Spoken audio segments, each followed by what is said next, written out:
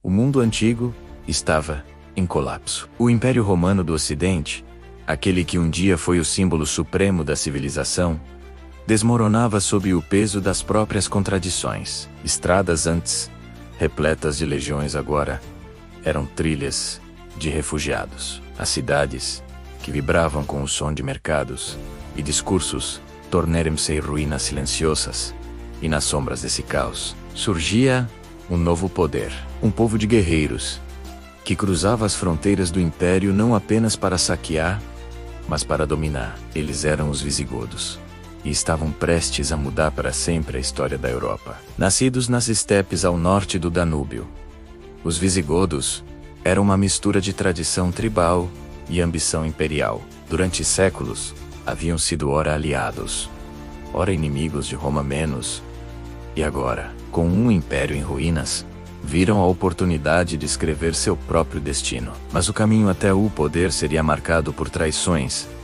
exílios e batalhas que ecoariam por gerações. No século IV, os visigodos, literalmente godos do oeste, vagavam entre as margens do Danúbio, buscando terras e segurança. Fugiam dos hunos, um povo terrível vindo das estepes asiáticas, que varria tudo em seu caminho. Desesperados, os visigodos pediram refúgio ao Império Romano.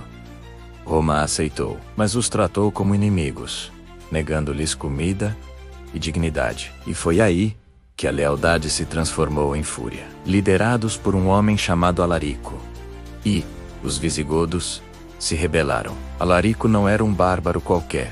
Ele havia servido nas fileiras romanas, conhecia a política, as rotas e a fraqueza do império. Após anos de marchas e negociações frustradas, em 410 d, Alarico conduziu seu exército até o coração de Roma. E o impensável aconteceu.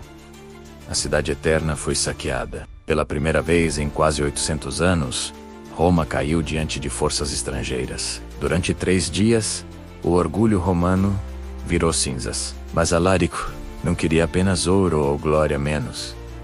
Ele queria reconhecimento, um lar para seu povo. E embora tenha morrido pouco depois, foi ele quem abriu a porta da história para os visigodos entrarem no palco do poder. Um fato curioso é que o túmulo de Alarico foi supostamente construído no leito do rio Busento, na Itália, e até hoje nunca foi encontrado, permanecendo um dos grandes mistérios da arqueologia. Após a morte de Alarico, os visigodos migraram para o sul da Gália, e mais tarde, para a Península Ibérica. Lá, encontraram um território fértil menos mais dividido. Povos celtas, romanos e suevos disputavam cada pedaço de terra. Mesmo assim, os visigodos consolidaram seu domínio, estabelecendo o Reino de Toulouse e depois o Reino de Toledo, no coração da atual Espanha. Esse foi o primeiro passo rumo a algo novo, o conceito de reinos europeus independentes, surgindo das cinzas de Roma. E sob reis como Eurico e Leovigildo, o poder visigodo se firmou. Leovigildo, por exemplo, foi um dos primeiros a tentar unir todos os povos ibéricos sob uma única coroa, adotando símbolos e leis inspiradas em Roma. Menos, mas com alma bárbara. Mas a verdadeira revolução veio com seu filho, Recaredo, que em 589 converteu-se do arianismo, menos à fé dos visigodos, menos ao catolicismo. Essa desses, o embora a política, mudou tudo.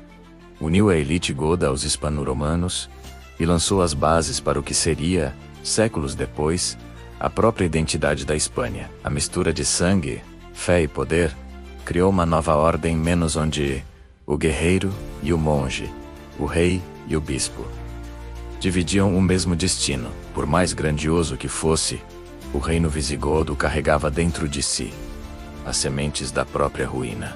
Disputas internas, traições e golpes de palácio enfraqueceram o trono. Reis eram depostos, cegados, assassinados, e o poder se tornava cada vez mais instável. Enquanto isso, um novo perigo crescia no horizonte. Em 711, um exército muçulmano atravessou o Estreito de Gibraltar. Na Batalha de Guadalete, o rei visigodo, Rodrigo, foi derrotado. O Império Godo, que durara 3 séculos, caiu em poucos meses, mas da sua queda, nasceu algo ainda maior.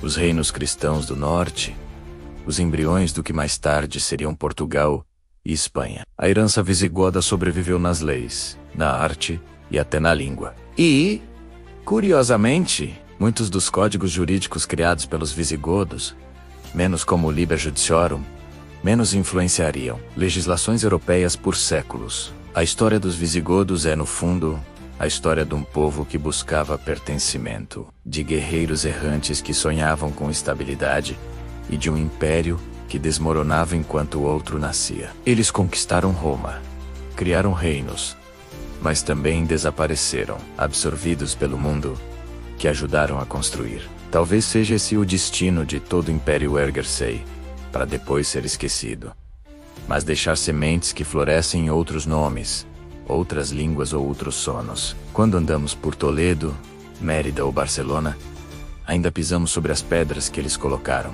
invisíveis, mas presentes menos como fantasmas, que lembram que toda glória é passageira, e que o poder, por maior que seja, sempre carrega em si o eco do fim. Dos escombros de Roma, nasceram reinos.